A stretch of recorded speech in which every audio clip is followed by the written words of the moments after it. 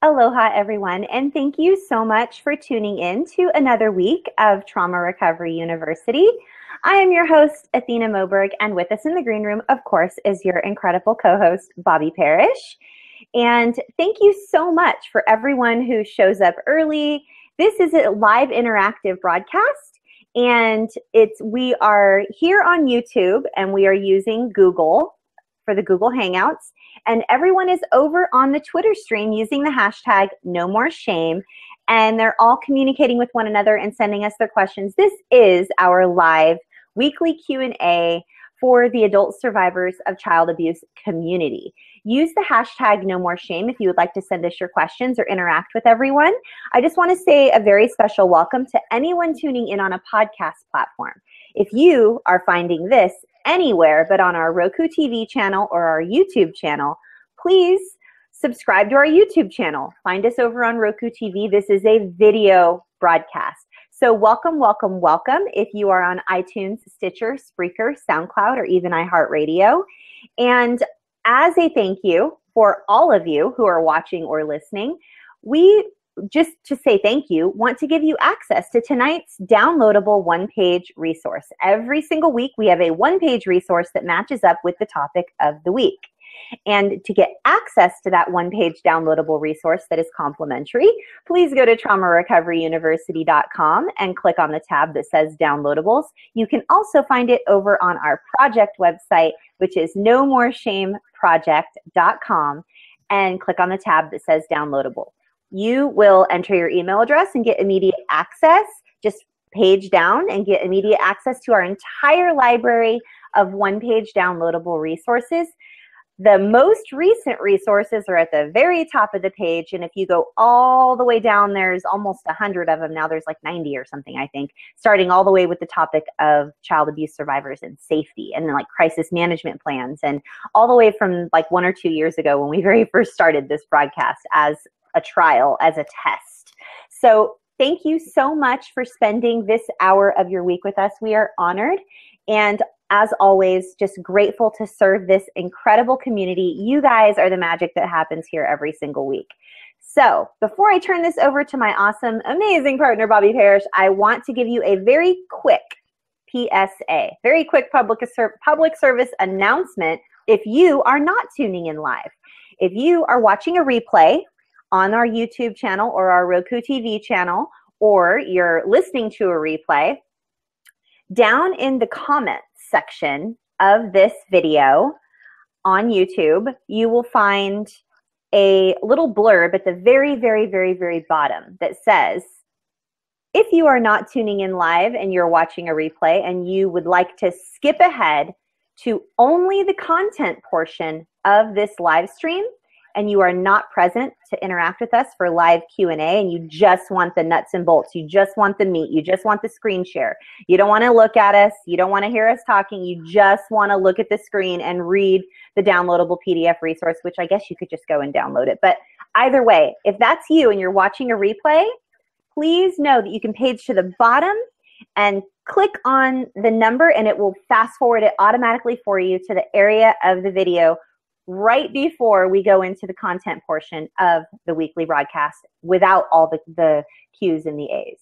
So it's just an enhancement. We got some recommendations from some of our community members, and we definitely want to honor those. Your voice matters to us. We listen to everything you say. We receive all of your emails and your comments. Thank you, thank you, thank you. So this week's topic what was very, very interactive during our very first Twitter chat this morning. We have 3 Twitter chats every single week. The first one is Monday mornings, 10 a.m. Pacific, 1 p.m. Eastern, and that is 6 p.m. Greenwich Mean Time for our fans and followers and family over in the UK. And that is hashtag CSAQT, which stands for Child Sexual Abuse Question Time. This is our second Twitter chat of the week. Hashtag No More Shame. Tomorrow night is the original Sex Abuse Chat, 6 p.m. Pacific, 9 p.m. Eastern, with Rachel Thompson and Bobby Parrish. And I'm usually there in the wings, sort of either hovering or just greeting people or throwing confetti just from the sidelines. So welcome, welcome, welcome. This week's topic is child abuse and our brains.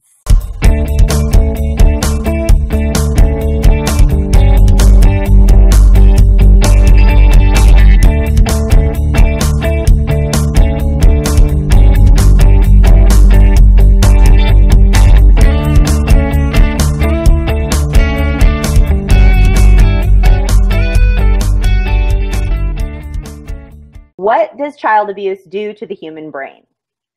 Does the brain, how does the brain react to the chemicals adrenaline and cortisol when sustained over a long period of time? How does it affect our amygdala? How does it affect our hippocampus? How does it affect all of the hypothalamus? How does it affect the different areas of the brain, the different lobes of the brain, the prefrontal cortex, and just all the different areas? We are going to unpack neuroplasticity tonight and give you some hope if you are struggling with some brain damage that could be permanent because of the child abuse that you incurred several years back, maybe decades ago. So there is hope. Neuroplasticity gives us hope. Our brains were created and we are able, through the power of neuroplasticity, to create new neural pathways in our brain. And Bobby and I have such an amazing one page to share with you tonight, and we're so excited. So I'm going to turn this over to Bobby, and she is going to take it from here, and I'm going to take over the Twitter stream and answer all of your questions. Thank you, thank you, thank you so much for being here tonight. Take it away, Bobby. Hi, everybody. It's so good to see everyone. I'm so glad that you're here, and we're both so honored that you spend an hour of your week with us. So thank you for being here, and we hope that we're going to share just a deluge of information with you so that you have more of an understanding of what trauma and childhood abuse does to your brain and what you can do about it.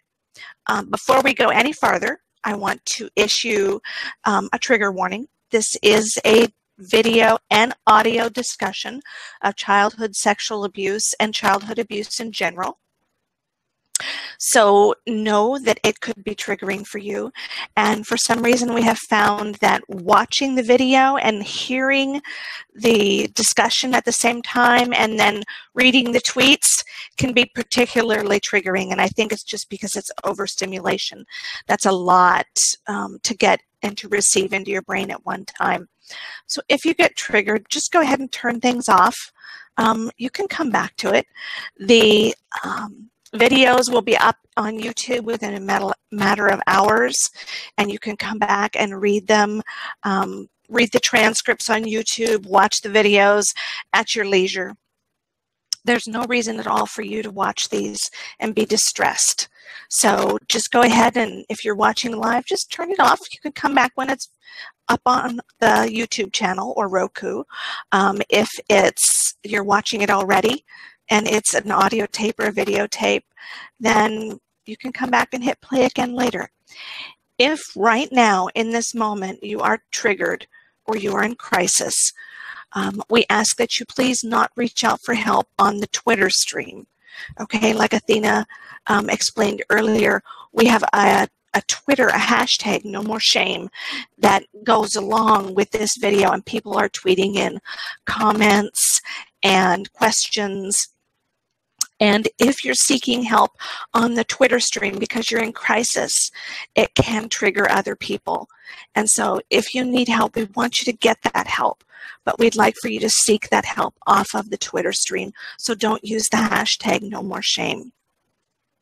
Instead, we encourage you to contact our friends. If you are in Canada or the United States, please contact RAINN, and that's RAINN, the Rape, Abuse, Incest National Network, and they are available at 1-800-656-HOPE, H-O-P-E, or they have a crisis chat feature on their website, and that website is RAINN, RAINN.org.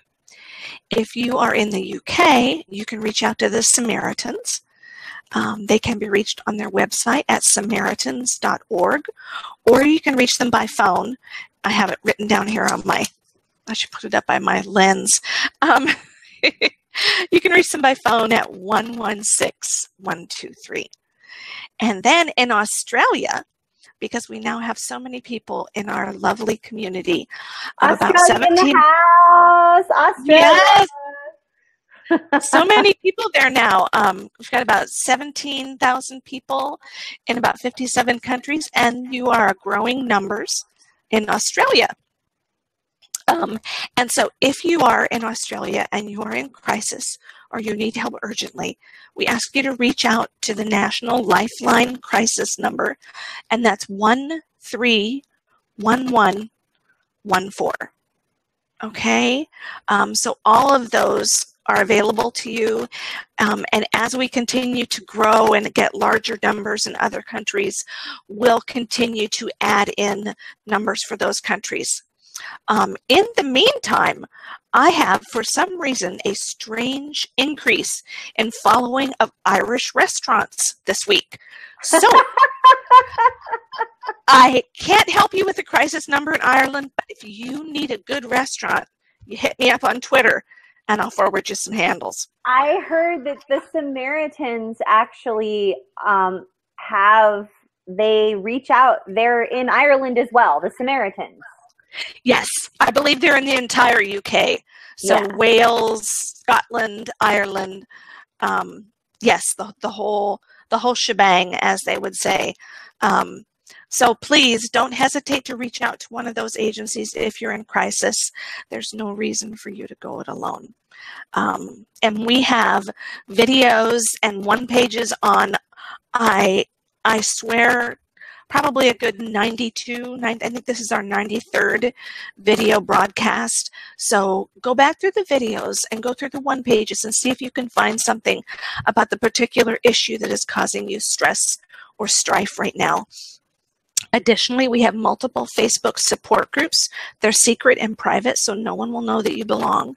If you would like to access help 24/7, at the end of the broadcast, we'll talk about how you can do that. Additionally, if you're watching us on YouTube now on recorded video, and you click the About tab on our channel homepage, you'll see the steps on how to get into one of our Facebook support groups. So there we go. Lots of people on the Twitter stream already. And so, you know, what kind of questions or comments are coming in already? Well, everybody so far just says that they're going to be listening for now. I might need to refresh my my stream, and there might be more. Melissa, Tracy, Sarah. Are you having? I'm having some delays. Hi, Phoenix. Yeah, they're just listening for now. No specific questions. I'm not sure where to begin with questions, Phoenix says. I don't know what to ask. That's okay. We are going to have a very comprehensive one page for you, bestie. Oh, my goodness. So, oh, here we go. Dustin. Welcome, Dustin. You are new. I have not ever seen you here tonight. Oh, he's just tweeting us out. If you're a survivor of sexual, I suggest you follow Athena Moberg. Thanks, yes. Dustin. Hey, yes, the director of Patch Ministries. Oh, so we're very thankful, Dustin. Thank you. Thank you, Dustin. I do remember you now. I'm so sorry you changed your profile picture. That's what it was. Phoenix says she had a busy classroom this week, but that's a sidebar. Crosstalk. Hey, Debbie. Oh, my goodness, Debbie. I'm sorry you can't sleep, honey. I wish that you were sleeping because you're located in the UK, and it is 2:27 a.m. where you are, honey. Oh, my goodness. So, you guys, on the topic of neuroplasticity, I know that we sort of, I got a great email this week, and I just wanted to say thank you to the person who sent this email. I didn't get their permission to share their name, so I will not share their name yet, but they messaged Bobby and I, and they said the opposite of what our nasty grams say, and that is, I just found you, ladies. I love the mix of levity and tragedy.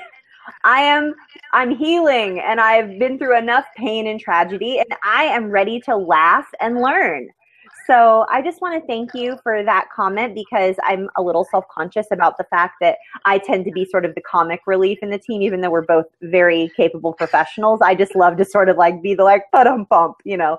So thank you for your awesome email and for just affirming and confirming the work we do and the style in which we deliver our content.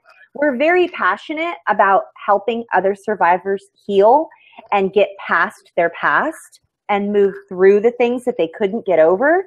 And we have found, the two of us together, Bobby and myself, that when we do just show up as our authentic selves, and it is quite the mix of levity and tragedy. It is tragic that any child would be beaten or molested or raped or tortured or lent out or sold or traded or given away or disregarded or neglected. Those things are horrible. Those are beyond tragic.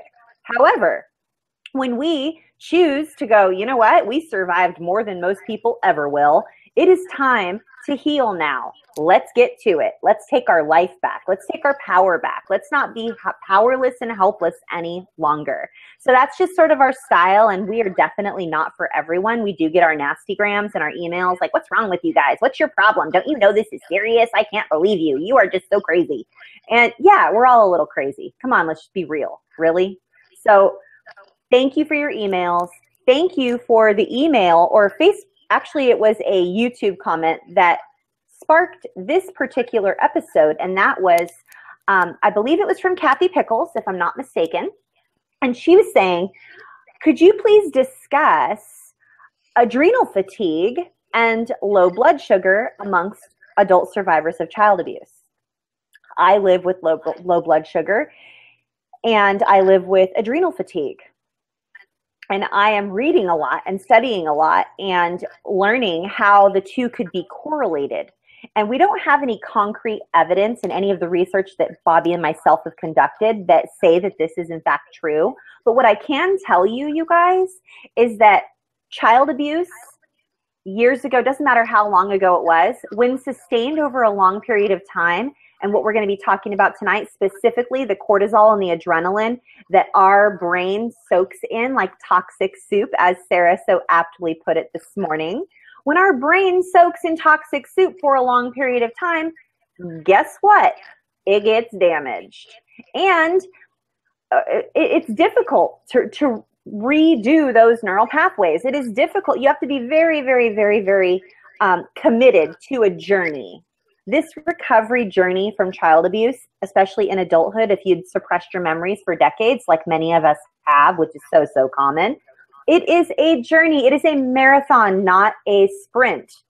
And we are here to give you just a little bit of hope, and we are going to give you a load of sort of big word, applicable, let's have some life application to this topic of the brain and what the brain sustained, and then how we can move forward in a way that is actually hopeful. So we have a very comprehensive one page coming up, and I want to just double check with Bobby and see if you guys have any questions that are specific that we can answer for you, since you did show up here live for Q&A and not just for a screen share. So Bobby, do we have anybody that wants to ask any specific questions, or should we just jump into our content portion of tonight's broadcast? Yeah, and actually the questions that are being asked, they're ones that we will answer as we get through the one page.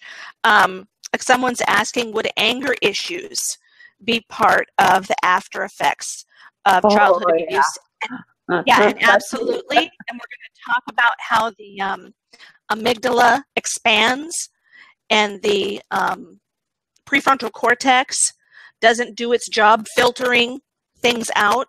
And so we might have poor impulse control and say and do things that perhaps we otherwise wouldn't.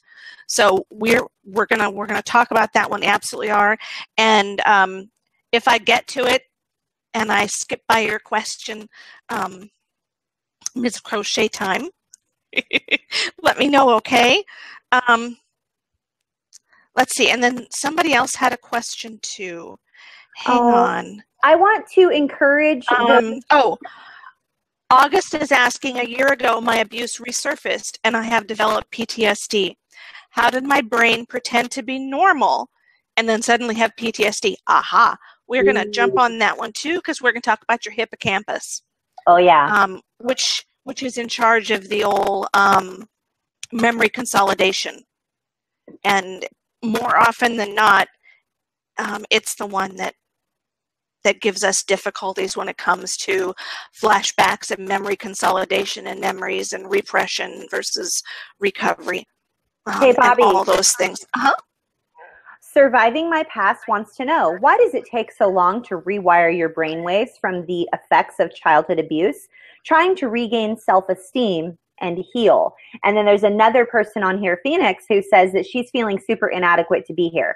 So I think those are sort of related because we're talking about self-esteem and healing. And Bobby, what is your take on why it takes the brain so long to rewire? I want you to take the lead on this one. You know, I always liken it to I'm huge on analogies. If you've watched us for very long, listened to us for very long, I'm a very visual person. Analogies make me happy. Analogies help me understand things. I look at it like, we're all born with a brain that is literally just jungle, and we have a few instincts that are already carved in. And then throughout our childhood is a series of hacking paths through the jungle. Okay? So as children raised in dysfunctional and abusive homes, the paths that we get hacked through the jungle in our brain are usually not very healthy. They're filled with unhealthy coping mechanisms. They're lies, lousy self-esteem, you're not worth anything. All of these paths that are just wrong. And then along comes, and Athena mentioned it earlier, and we'll get to it in the one page, but let's just set this whole scenario up right now. There's and then this morning, Lindsay talked about it.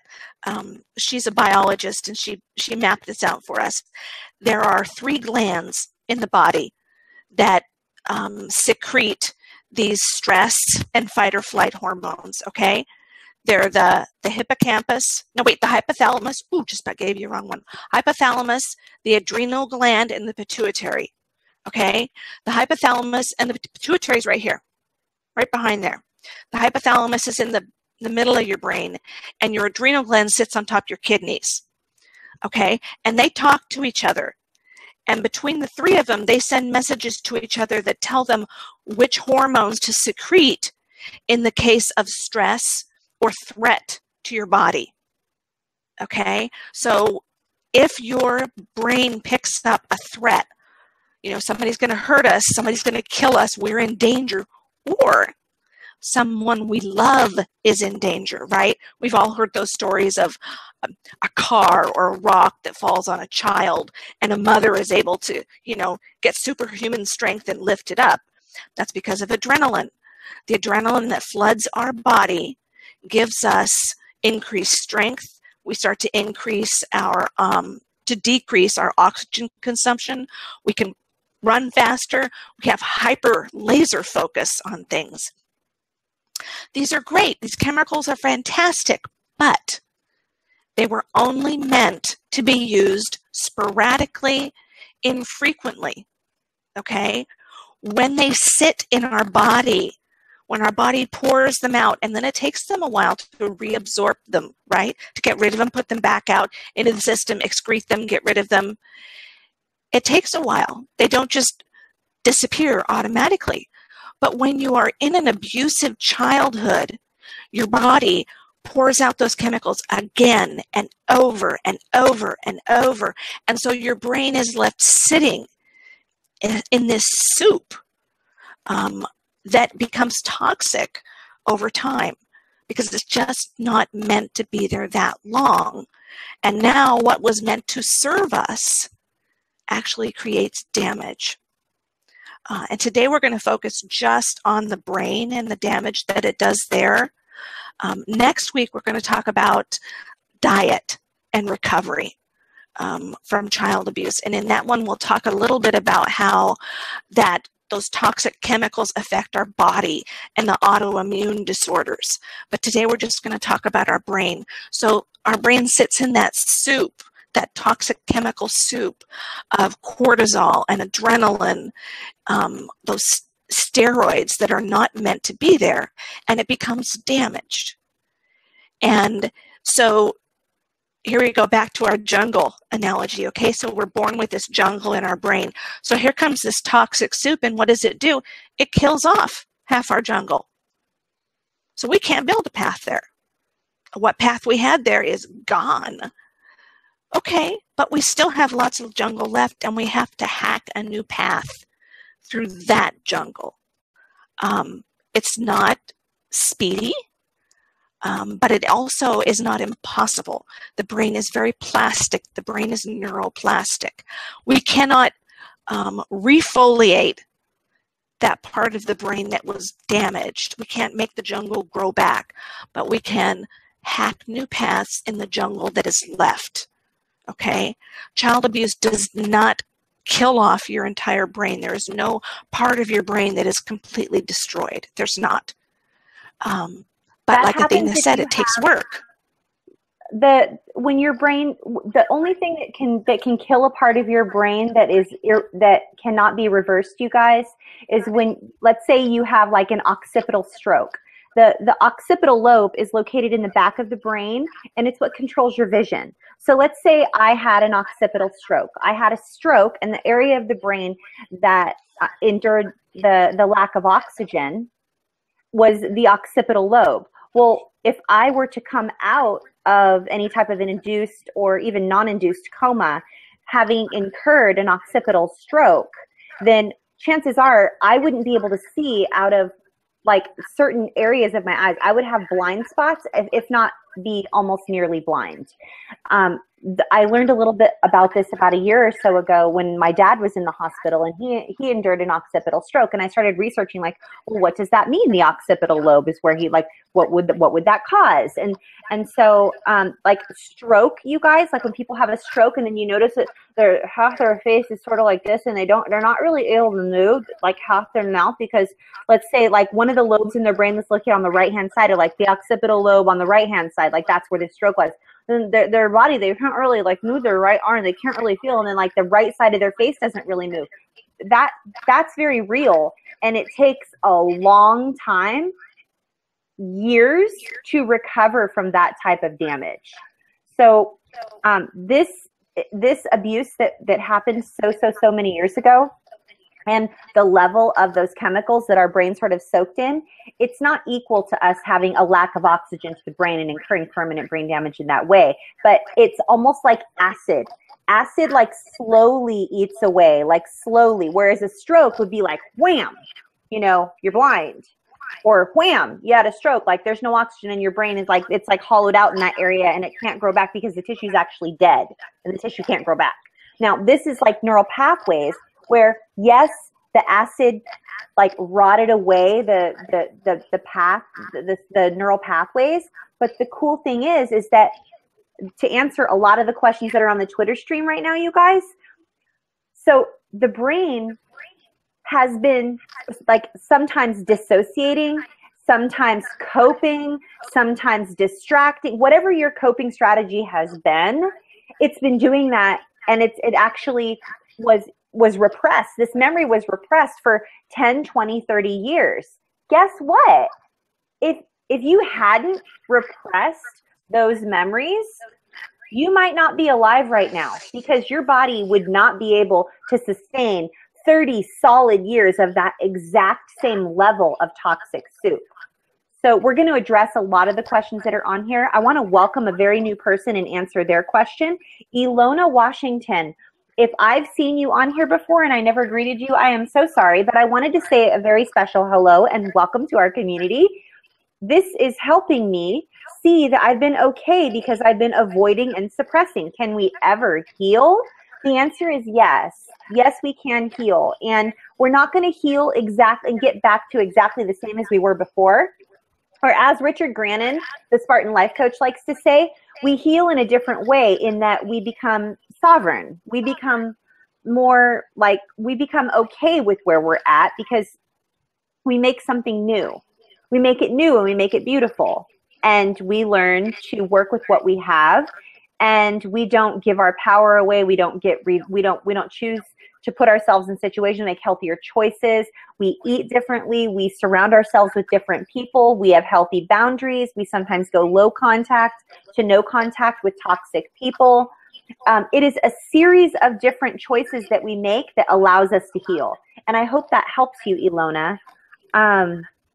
But But Simi says, can abuse make current psychological problems like bipolar disorder and ADHD worse? Yes, it can. Bobby, do you want to comment on that? You want me to keep going down with questions, Bobby? Yes, yes. Can you hear me? Can you hear me okay? I can. Oh, okay.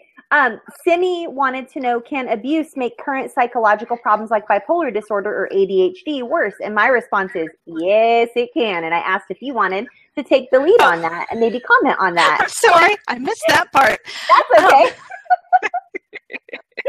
Yes, because many mental health disorders have a heavy genetic component. Okay, so they, for those of us who might have bipolar disorder, that is heavily brought in by a genetic predisposition you're going to inherit from your father or mother. But maybe that predisposition is low. Like say you inherited maybe a 25% chance of having bipolar disorder. But if you have a traumatic or abusive childhood, it's going to bring that up, boom. And you will then actually develop bipolar disorder when perhaps previously without an abusive childhood, you might not have.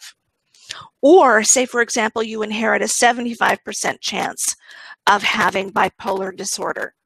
If you have an abusive or traumatic childhood, then it's going to bring it on earlier, and it might make it more severe. Okay? In my family, I have a huge, unstoppable, unstopped matrilineal inheritance of depression. You know, it comes down from my grandmother to grandmother, grandmother, all the way down. So chances are high that even if I had not had an abusive childhood, I would have developed depression. But because of my abusive childhood, my depression has been very severe, and at this point, unrelenting. So if I had not had the abusive childhood, would I still have experienced some depression? Probably so, because of the significance of the matrilineal line in my life. But would I have ended up repeatedly hospitalized, suicidal? Maybe not. I would imagine not. So is that a reason to give up? No, absolutely not. I don't want to give anyone that impression. But it is a reason to do some absolutely awesome self-care. Hey, Bobby. Did you want to say, I'm sorry, I interrupted your sentence. You were talking about self-care. Oh, and I lost part of what you said too. Oh, sorry, you guys, technical issues tonight. Yeah. Tell me again, Athena. Oh, no, I was just going to answer Grace Hope's question. She wanted to know, how did I go and seem to function for 50 years, and then the bottom fell out, and now I can't function at all? And girl, I am telling you right now that this is my response to that question, okay? And I want Bobby to respond from a therapist's perspective, and I'm going to respond to you from a trauma recovery coach's perspective and a mother's perspective and a survivor's perspective, and then I'm sure Bobby will too, but she's been a therapist for a lot of years, and she can bring in, you know, she can bring in the deets, like way more details. So my response to you, Grace Hope, is, for me, when I was a single mother for 17 years, pretty much-ish, like for the better part of 17 years, I was a single mother. I was laser focused. I had a high level of adrenaline and cortisol running through my body at all times because I was in survival mode. I was not only in almost constant contact with my abusers, my family, but I was a single parent, and I was co-parenting with someone who had a lack of interest, and there was a huge lack of support. And I had a predatory boss, and I had a very toxic relationship, which left me bankrupt. I had to file bankruptcy. And I mean, it was, if you could have looked at like a view of my life at that moment, you would have been like, how did she not commit suicide? But I'm going to answer your question with this, and that is, something in my life was more important than myself and than dying.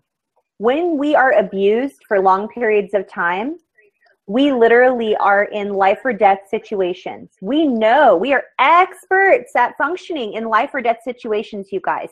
We honestly think that we are going to die. I thought I was going to die in that house. I thought I was going to die in that house more than once. I was told many times by different abusers that they had murdered people before and they weren't afraid to do it again. I had one of my abusers murder an animal. That's traumatizing. When an animal is murdered and then they're telling you they're not afraid, they've murdered humans before and they're not afraid to do it again. So you're literally, you think you're going to die. So then you automatically, like I was placed in a situation being a single mother for so many years, and I was in fight or flight mode. I was really just trying to survive. I was like, you know what? I'm going to create a world that is the absolute opposite of what I grew up in. How am I going to do that? I have no idea because I have no healthy role models, but I am going to reinvent the wheel every single effing day. And I'm going to make sure my kid never lives through what I lived through. And I'm going to put all my focus on that, and I am not going to stop. Nothing is going to stop me. And so I had a laser beam focus. I had a purpose. I had hope because I had seen it on TV that there were healthy people out there. So I believed it because it was TV. Of course, you're going to believe what's on television, right? This is my thought process, you guys. I lived a very isolated life. So I had hope, I had resolve, and I had purpose, and I had a plan. I didn't know what my plan was. I was making it up as I went along, but I was going to do it. And no one was going to stop me. I was going to show them, and I was going to prove to them that I wasn't going to turn out like them. I was going to prove it to myself, and I was going to prove it to my son. I was going to prove it to anybody else that wanted to tell me that I was just like my crazy family. So when you have all those things, and then out of nowhere, trauma comes and whacks you upside the head, and so my purpose was taken from me. My son enlisted in the military during a time of war, even though he had a scholarship. He was gone. My son was my purpose. I placed him on a pedestal and a throne, and I poured myself out as an offering in every way possible just to make sure that he was well and he was healthy. And when my purpose left and went to the military, nothing else really mattered. My whole world began to unravel. I began to have hallucinations, audible hallucinations, visual hallucinations. I had a mental breakdown. I was literally non-functioning for a couple days. I was non-functioning. And to the point where I was doubting like why I was even alive. Like my mental health was alarming. The status of my mental health was alarming, and I reached out for help. So that is why you cruised along for 50 years, able to function, and all of a sudden the bottom fell out. Chances are whatever you were laser focused on for 50 years, chances are that the whatever path that thing that you were focused on for 50 years was, whether it was a job or a human or a relationship or a child or a pet, whatever it was, and it could be one thing after another, like a strand of events or purposes or reasons for living, if you will, if you just want to sort of categorize it as that. Once all those things sort of played out the way they were going to play out and you were sort of left with just you, and your whole world probably began to unravel at the seams, there's no foundation in which to stand on. There's nothing. You're at that point, you're left with whatever you were when you were a child, because there was no solid foundation, no health that we had built our lives on. We had poured our lives out rather than like learning how to sustain ourselves, learning how to be healthy, learning how that we would take care of ourselves before we would take care of other people.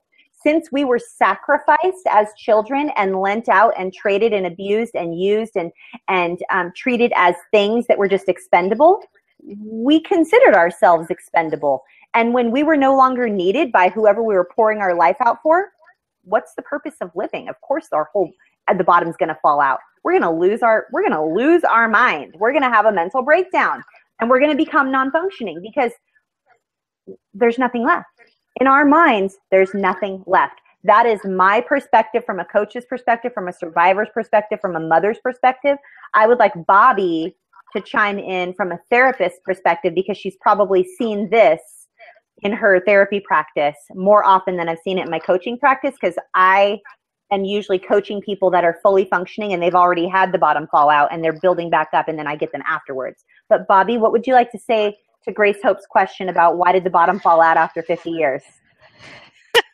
You know, that is just a sign of how amazingly our brain can protect us and help us to survive.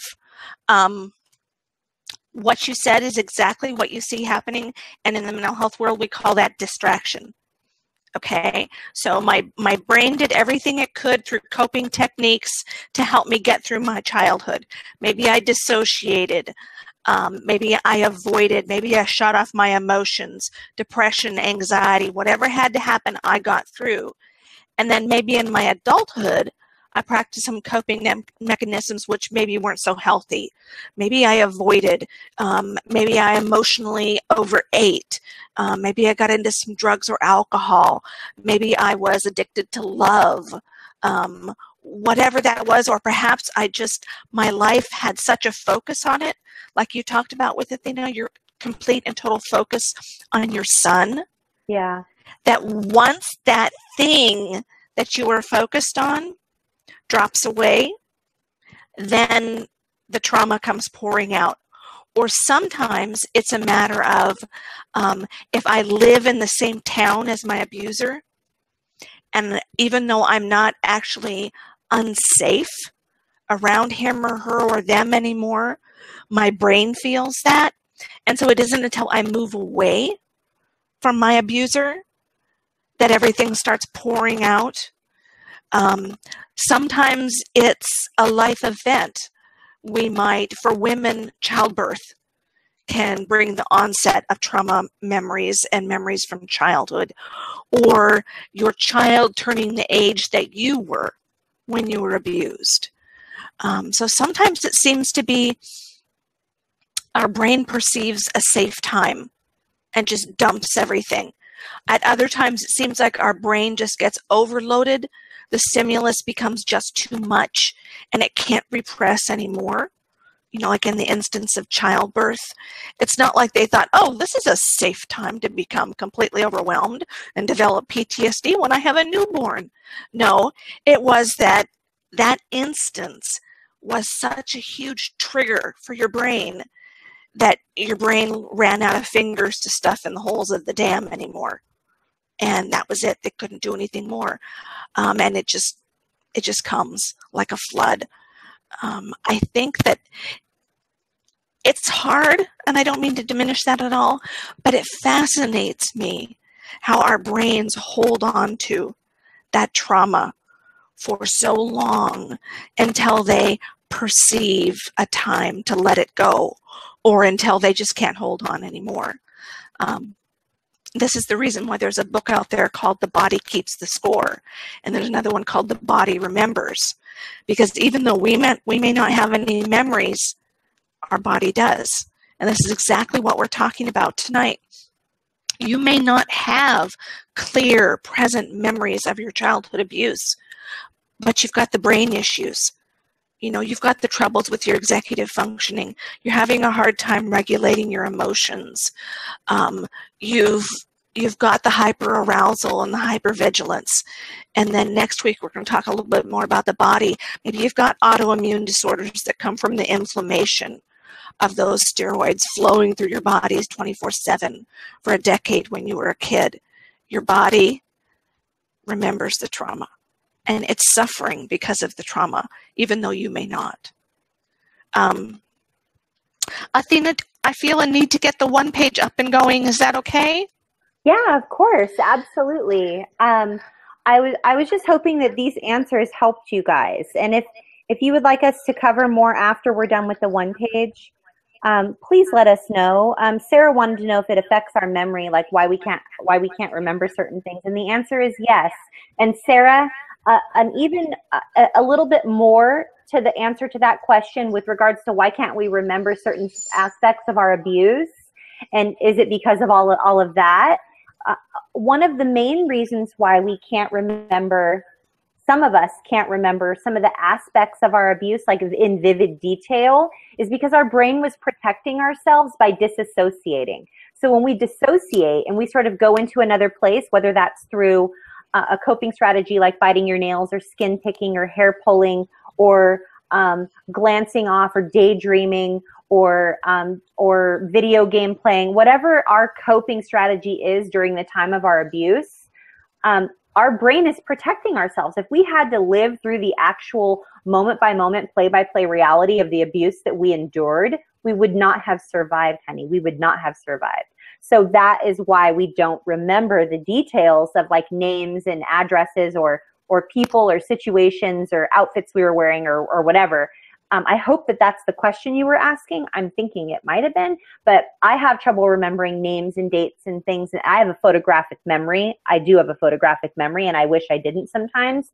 But the reason I don't remember certain things is because my brain is protecting me, and I need to honor that and respect that, even though it ticks me off sometimes. So I hope that helps you. Yes, and let's go into the one page, because I'm hoping that as everyone sees, whoa, super fast, super fast. As everyone sees the information that we have here, it will make things clearer. Yes, most definitely. Okay, now if I can only remember, find out where I was. There I am, yay, okay. Take it away, Bobby. Okay, and this top part is a little bit of education about how it is that our brain becomes damaged, okay? When our brain perceives a threat to our life, it kicks out those biochemicals called cortisol, adrenaline. There are a few others, lesser known. And the hormones are they're designed to help us elude, escape, or fight off danger, both to us and our loved ones, okay? Remember the stories about the woman who can lift the car off her small child. Adrenaline and cortisol tell our body to run faster, breathe more efficiently, and have laser sharp focus on the situation at hand. But our bodies and brains are meant to be exposed to these hormones in infrequent, brief periods of time. At high, consistent levels, these chemicals become toxic. And so when we are abused as children and those are constantly poured into our brain because we are constantly in a fight or flight survival situation, then it becomes poisonous. And it is that our brains were not meant to endure those chemicals long term. For our brains, we will see damage in the ways that we're going to talk about here in a minute. And for our bodies, we see the results in autoimmune disorders, because autoimmune disorders are basically a sign of inflammation in the body. Okay? And we're going to talk specifically a little bit here about adrenal fatigue, because that was one of the primary questions that prompted this video. So we're going to get down to that here down at the minute. Even though the adrenal glands are not in the brain, they are completely integrated with the hypothalamus, the pituitary, and they work as a triad in monitoring these chemicals. So we are going to talk about that. So these are the effects that the toxic soup has upon your brain. And the first is in your prefrontal cortex. And your prefrontal cortex is that part of your brain that is responsible for logic, reasoning, problem solving, often referred to all of these as executive functioning, long-range planning, decision-making. Okay, so if you struggle to make decisions, if you struggle to see the long-term consequences of a decision that you are going to make, changing habits, incorporating prior experiences into our current life, okay? I hear this comment from survivors so often. Why do I keep making the mistake over and over and over again? Why don't I stop that? Okay, that's all executive functioning, and the toxic soup that your brain sits in damages that part of your brain. And this is something that can particularly be kicked up with stress. Okay, so when we're doing okay, our anxiety levels are low, our executive functioning can be good. But then when anxiety levels peak, stress goes up. Good stress or bad stress, okay, maybe we're getting married, it's a wonderful thing, but it's still stress. Then our executive functioning can take a powder. So understand that this can go up and down depending on the amount of stress or anxiety in your life. Then we look at the amygdala, and the amygdala is in the central portion of our brain, and it is responsible for emotional response and emotional regulation. When we are abused, our amygdala actually gets bigger. Okay?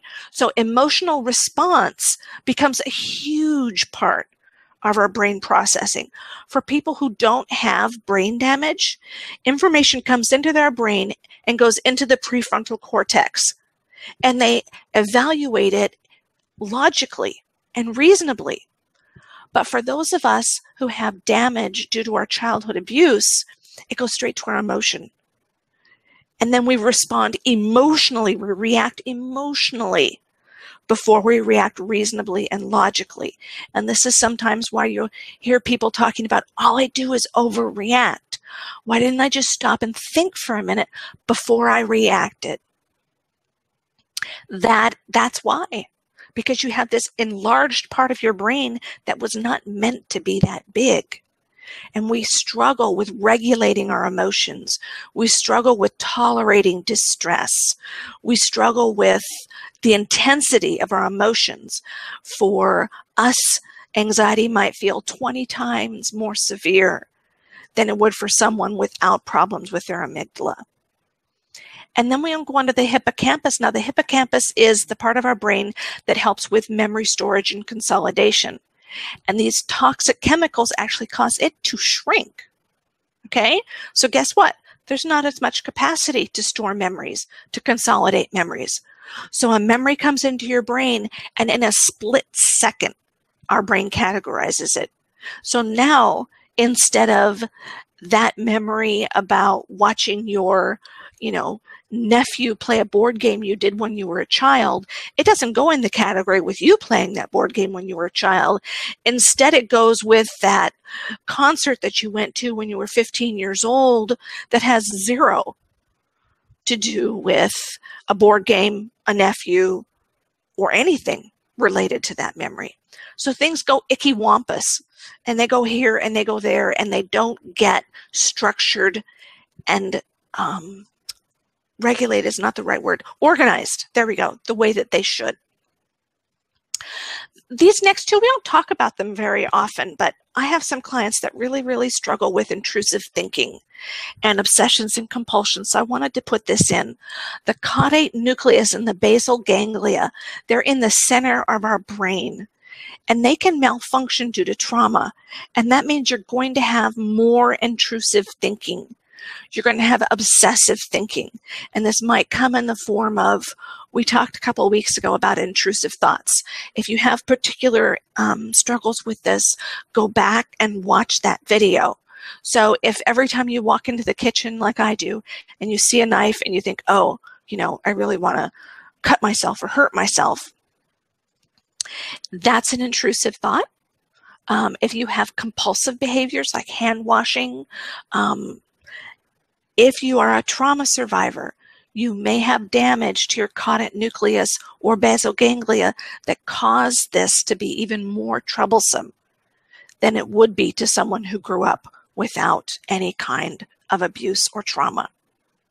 And then here's that triangle of glands, okay? The hypothalamus, the adrenal gland, and the pituitary glands. They are all linked to each other, and they communicate lightning fast to tell one another what chemicals to put out and what not to put out. Trauma can damage that system, and it can leave us in a constant state of hypervigilance and hyperarousal. Now, the opposite of that is that some studies indicate that these glands can become depleted due to overproduction. Okay, we've overused them, and that leaves us feeling chronically fatigued. there is scientific study that shows that we can have cortisol fatigue. There's not yet a lot of research that shows that we can have adrenal fatigue. You'll hear a lot about it, but there's not a lot of research to back it up. That doesn't mean it doesn't exist. It just means do your due diligence and do your research.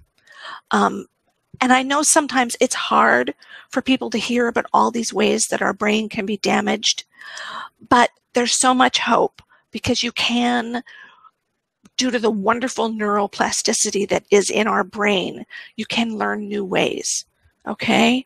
So when that information comes into our brain, and perhaps it used to go straight to our amygdala and our emotional processing, we can instead make a route where it goes through the logic and reasoning again.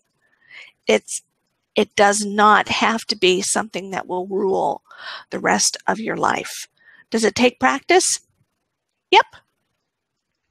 Is it sometimes challenging and frustrating? And can you feel impatient? Absolutely. But it is 100% positive.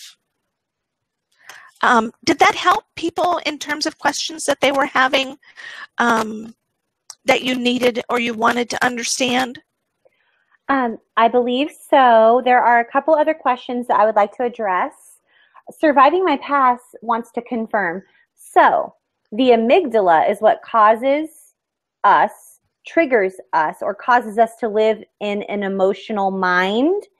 And my response is yes, that's the amygdala. And it's also, it's not only the amygdala's job. Bobby, your comments on that? There's a combo. Right. It's not only the amygdala's job. The amygdala is not the only part of your brain that processes emotions, but an enlarged amygdala can cause us to respond more readily to triggers in an emotional way whereas we would have normally sifted it through our prefrontal cortex first and not had an emotional reaction or not had the intense emotional reaction that we did.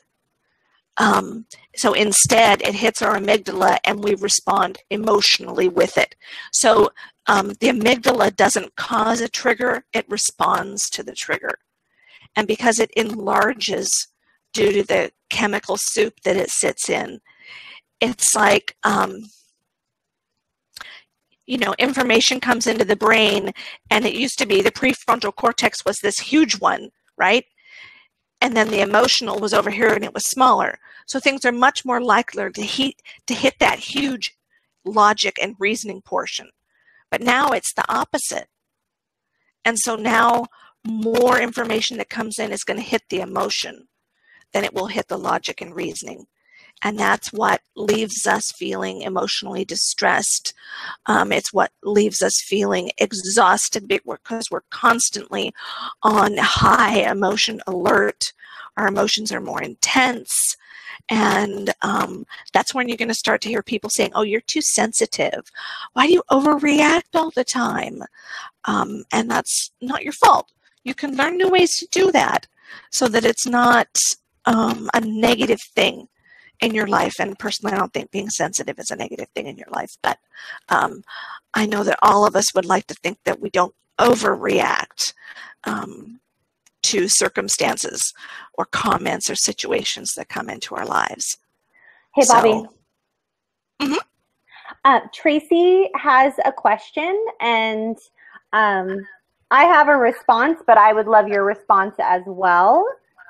So Tracy wants to know, why did I spend so many years feeling emotionless, rarely reacting to emotions at all? And then now I'm assuming that because of the 140 character limit, she's not able to say, and now I feel very emotional. And so my response is very simple, and that is that I had the same thing. And for me personally, the reason why I was emotionless or sort of flatlined for so long is because I was shamed and further abused if I showed any emotion whatsoever. So I carefully Zen Buddhist style figured out how to keep my emotions very regulated as a coping strategy and a survival mechanism to sustain my life. Because if I showed any emotion whatsoever, then I would get beaten more, or I would get ridiculed or bullied, or more bad things would happen. For me, it was a survival strategy and a survival technique because I was in such a environment of toxicity, and perfection was demanded at all times. I had to be invisible. I needed to be invisible or perfect or perfectly invisible in order to survive. Bobby, your comments on that? I think it too, part of it, and I've worked with clients that have dealt with this. At some point, emotions can feel overwhelming, and they can feel too painful, too dark, too sad, too hard. And so we shut them off. And believe it or not, there are people who can shut their emotions off. But the thing is you don't get to pick, oh, I'm only going to shut off this emotion, but I'm not going to shut off that one. It's a faucet. It's all or nothing. So if you don't want to, and I realize none of this is done consciously, this is all done unconsciously in your brain. So if you don't want to feel the pain, and by not feeling the pain, you shut off your emotions, then you are going to be emotionless. And I have worked with survivors, especially when I used to do marriage counseling, where they will come in and one spouse simply cannot access their emotions. They just can't. And if you try to encourage them to do that, they will shut down on you, because it's just the prospect of opening the door to those emotions is just too threatening. It's too hard. And so often for those of us that is a coping technique, we don't want to deal with the pain. We don't want to deal with the sadness. And so we just turn the faucet off. And then sometimes something happens later in life, maybe you're flooded with the emotions that come when you're flooded with your trauma memories again. But for some people, my general observation is that if that is someone's coping mechanism, that they've chosen just to turn the whole emotional faucet off, they don't feel happy, they don't feel sad, they don't feel angry, they don't feel, passion. By the time they're probably in their 50s or 60s, that faucet's pretty much rusted shut. And it's going to take a lot to get it back open at that point. The longer that it stays shut, the harder it is to get it back open. So that's my 2 cents too, along with what Athena said. Let us know, please, Tracy. I tweeted out. I'm hoping that that she'll let us know if our answers to her question were helpful. Yeah, Simi coined this. Her mom says, my mother likes to say, it takes time to turn the Titanic. It does take time, you guys. And Debbie was just responding to August on the Twitter stream. And any tips or strategies or anything helpful in way of, she's getting ready to go into CBT or DBT, and cognitive behavioral therapy. I don't mean to jargon you guys to death. Cognitive behavioral therapy or dialectical behavioral therapy. Like having a goal in mind, something that you want to accomplish, not giving up. It's not a sprint, it's a marathon, August. Oh my gosh. I know that Debbie was just mentioning that you just don't give up whatever you do. And if you get triggered in DBT or CBT, just grounding strategies, really try to come back into your body and get out of your mind. And if you get like a dry mouth and you get sick to your stomach or your palms get sweaty, really just do your best to sort of like come back into your body and out of your head. That's like my 2 cents. Bobby, do you have any comments on someone who's getting ready to go into CBT or DBT, and any like helpful tips or tricks or strategies? Those are two so different therapy methods. Although DBT does touch on cognitive dialectical behavioral therapy, does touch on cognitive behavioral, it is very strategy oriented, specific strategies. Let's talk about this, let's practice this. Whereas cognitive behavioral is more about, okay, what do you think about yourself Now, what's behind that? You don't like yourself, you think you're stupid, you feel guilty, you blame yourself. What's behind that? And it's very much the thought that if we behave differently, it will change our thoughts. Whereas same thing is, if we change our thoughts, it will change our behavior. So it deals with that very concrete biological link between thinking and behavior. So I think if you're going into CBT, I would encourage you to look at your self-talk. I would encourage you to look at your opinions about yourself. Generalizations, is the world a scary place, or do you feel safe in the world? If you don't feel safe, what can you do to change that? If you don't like yourself, what can you do to change that? Affirmations and journaling are a big part of CBT. Dialectical behavior therapy, Marsha Linehan's therapy that is so helpful with complex post-traumatic stress disorder, borderline personality. You can get a ton of information about that on the internet, good books on Amazon, and I've even had some success with clients doing some DBT workbooks as an adjunct to the work that they'll do with us. What? I'm so sorry, but Surviving My Past says, holy acronyms, Batman. Can I buy a vowel? CBT, DBT, ABCD, EFG? Yes. We did not mean to jargon you to death. We are so sorry for all of you folks. This is like your first night. We are not normally this jargon-ish. We're normally very much like, let's just have a conversation here. But the brain, there's a lot of like, 20-point words. There's a lot of really long words.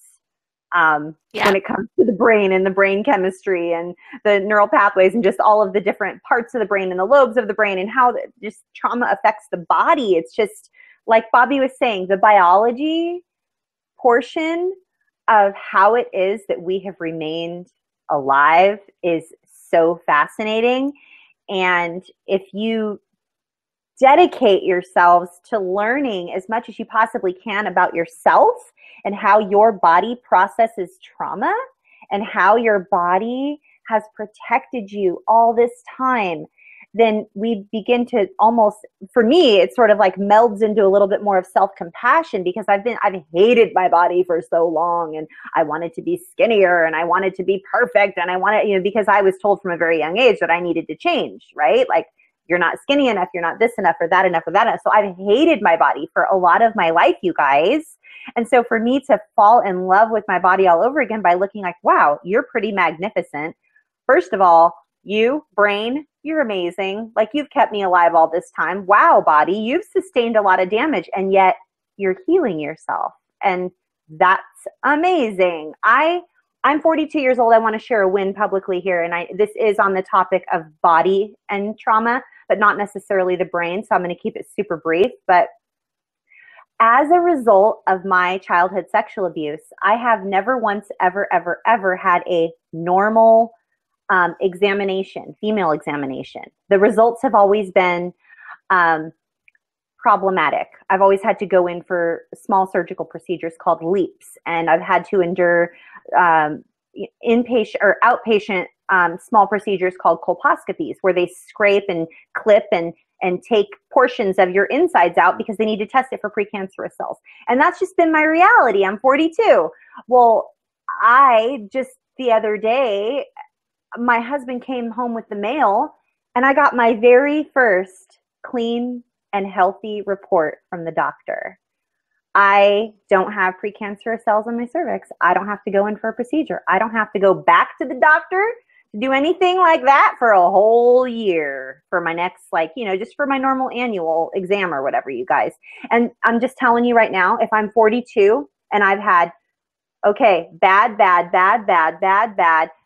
the surgical procedure, precancerous cells, sick, bad, no. And then all of a sudden, taking care of my body, trying to have proper exercise, proper food, proper diet, proper thought life, just being healthy overall, addressing my trauma head on without giving up for 2 years straight. And then I get my very first good report. Like, I'm not going to call that a coincidence. I'm going to call that my body going, Wow, thanks. Thanks for honoring me for like the first time ever. I'm able to actually heal now. Thank you. Like, you guys, our bodies are amazing. And I'm just really trying not to hate my body. And I'm trying to change my thought life so that I think differently about my body. And I think differently about myself in general. My self-talk is changing. My whole life is changing. And that's, I mean, Bobby and I being here with you guys are a huge part of my overall health and well-being. You guys are like the reason we show up every single week and why we don't give up. We don't give up because we have a growing community of survivors that need us to lead the charge and blaze this trail. And I'm not going to let you guys down. I'm going to keep doing it. So I just want to encourage you. And Bobby and I are just so blessed and proud of each. We're just blessed to be here, and we're proud of each of you. So I'm stepping down off of my soapbox now. Bobby, please take it away.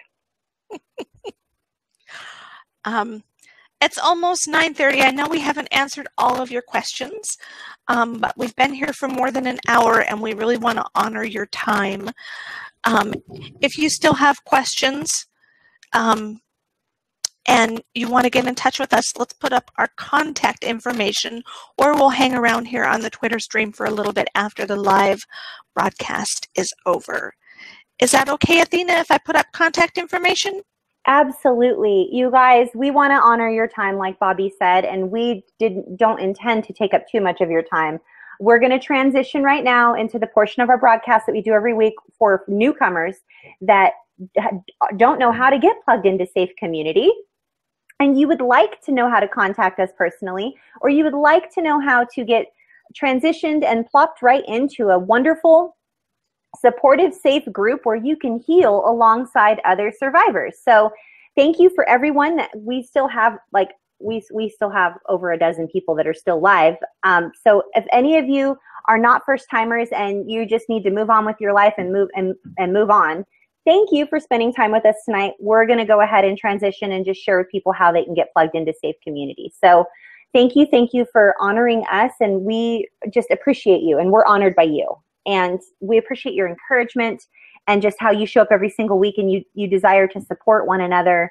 And again, if you are watching a replay and you would like to just fast forward to only the teaching portion and not watch any of the interaction in the live Q&A, down at the bottom on YouTube, at the very bottom of the comment section, right before the comment, like in the description section of this video, you can click on the number and it will fast forward it for you, and you'll just be all set. So thank you for showing up, you guys. We're going to transition, and we appreciate each and every one of you. We'll see you next week when we start talking. We're going to tackle the topic of diet and how the food that we intake plays out in our recovery, and just overall how we can take better care of our bodies. Is that correct, Bobby? Yes, we're going to talk about vitamin D and vitamin B and low inflammation foods and all sorts of fun things. Come back. Awesome. It'll be cool. Back.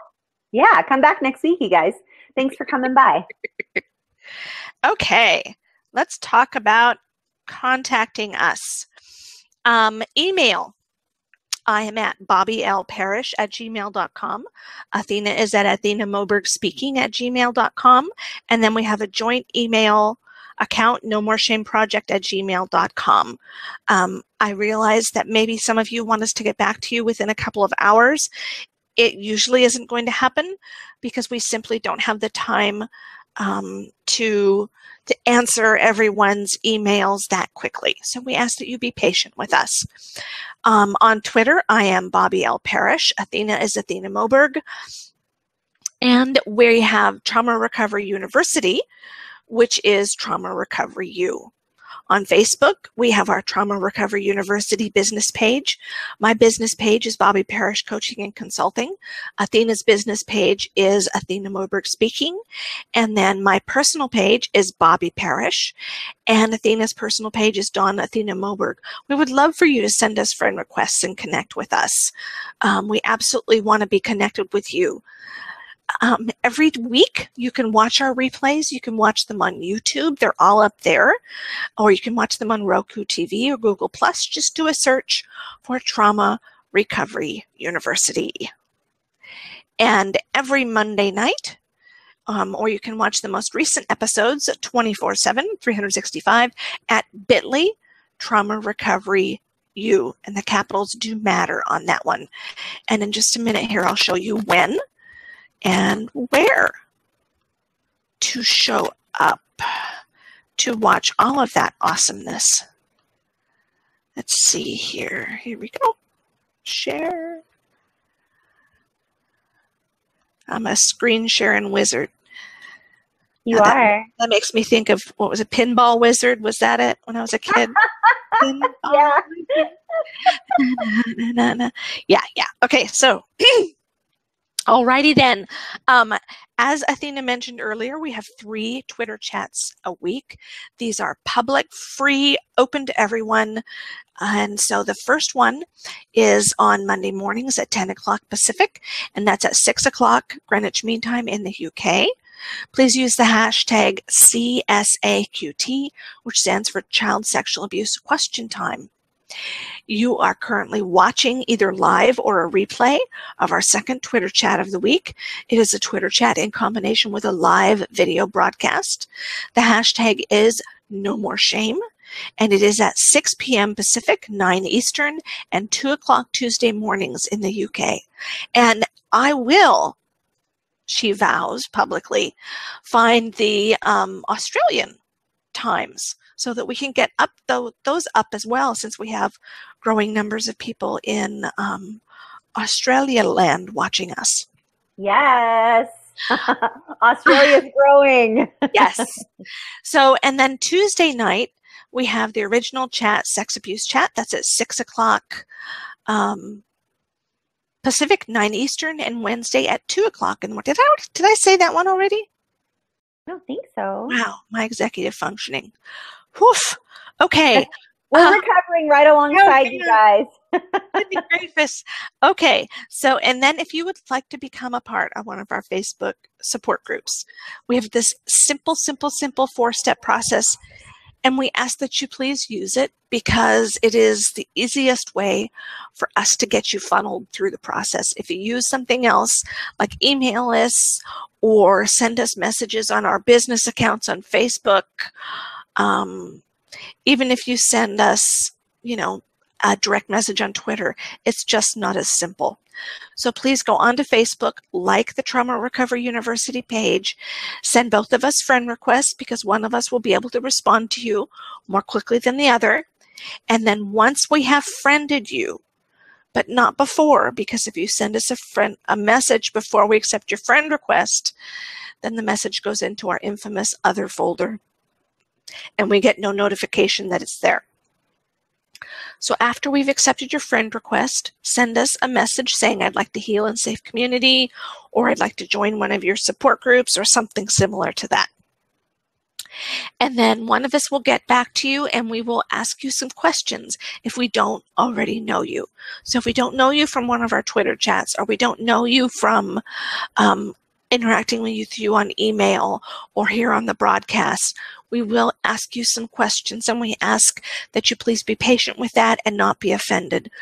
It is our primary concern to keep the Facebook support group, the Facebook support groups, safe for all of our members, and not let in predators, not let in people who wish to disuse us or abuse us. So please be patient with us as we ask questions, and then we will get you plugged into the best group that is the best fit for you. I just want to say a very special, I just want to say hello to Stu. Stu, we appreciate you so much. Stu is at the Gatehouse up in Canada, providing awesome support to awesome people. Good night, Sarah. Good night, it's crochet time. And Grace Hope wants to know, why can some people heal and get on with life, and then like some people like me, I just don't seem to get how to do it?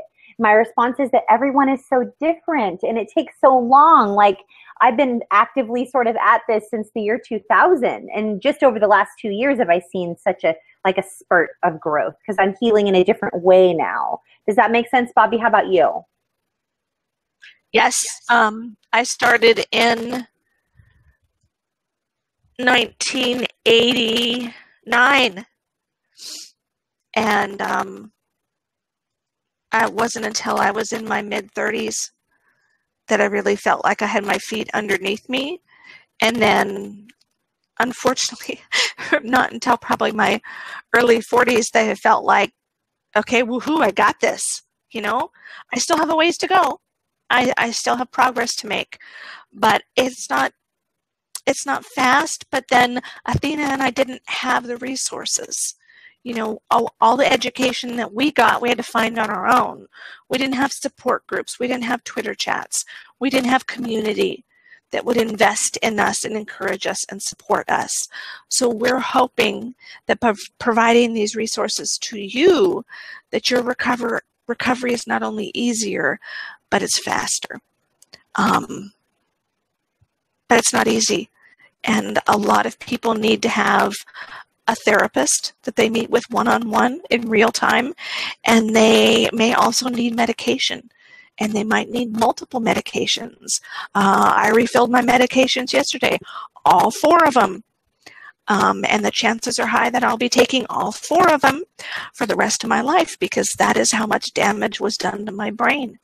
And also from inheriting that matrilineal line of depression. But that's okay. If they help me function, if that's what I need to do in order to be living a life that makes me happy and I feel joyful and successful, then that's what I'm going to do. And I'm okay with that. So. Yeah. I'm proud of you, Bobby. You're leading. Thank you.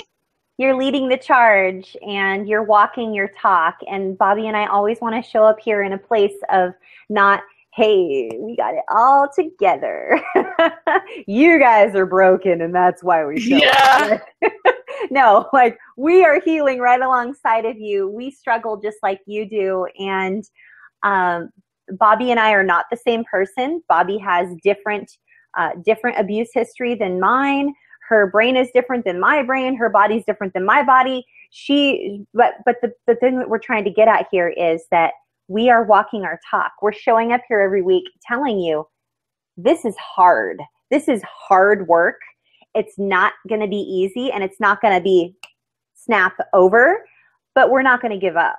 We're not going to give up on ourselves. We're not going to give up on you, give up on ourselves or you. And we want to show you that it's possible. It is possible to heal and to live a life of wholeness and to experience joy and hope and receive proper support, appropriate support, and unconditional love where you're not judged. And we're wanting to be a source of that for you. So we're honored that you would spend time here with us. We're so grateful for you. Thank you for showing up and for telling people about this. If this video helped you, or you think it may help someone else, would you please give it a thumbs up? And would you please share it with someone and subscribe to our channel if you haven't subscribed yet? We would love to invite you into our community. Please, friend us on Facebook, follow the last 4 steps. Over in the About section of our YouTube channel, you will find quickly listed for you the 4 steps you need to get plugged into Safe Community if the last 15 minutes of this video are a blur to you, which they're a blur to me. So just go over to the About section and follow the 4 steps and get plugged into Safe Community, because you deserve it. Bobby, what would you like to say to everybody before we say goodbye until next week? No, I am so excited that you all have been here, and so honored that you would tune in and listen, and we hope that this helps. And I'm so excited to see everyone next week when we talk about diet and ways that we can adjust what we eat, and things maybe that we can look at as supplements or alternative health that might be able to help us recover from some of the damage of our childhood. Yeah, like different vitamins, like Bobby was saying, and different anti-inflammatory foods that can help with autoimmune. Like, we're going to talk about stuff like turmeric and B12 and vitamin D, and we're gonna go all holistic on you next week. So can't wait to meet up with you guys next week. We're honored. Thank you so much. This is Bobby Parrish, and I am Athena Moberg, and we love bringing you everything you need for healthy, informed trauma recovery. We'll see you next week, guys. Aloha. Bye.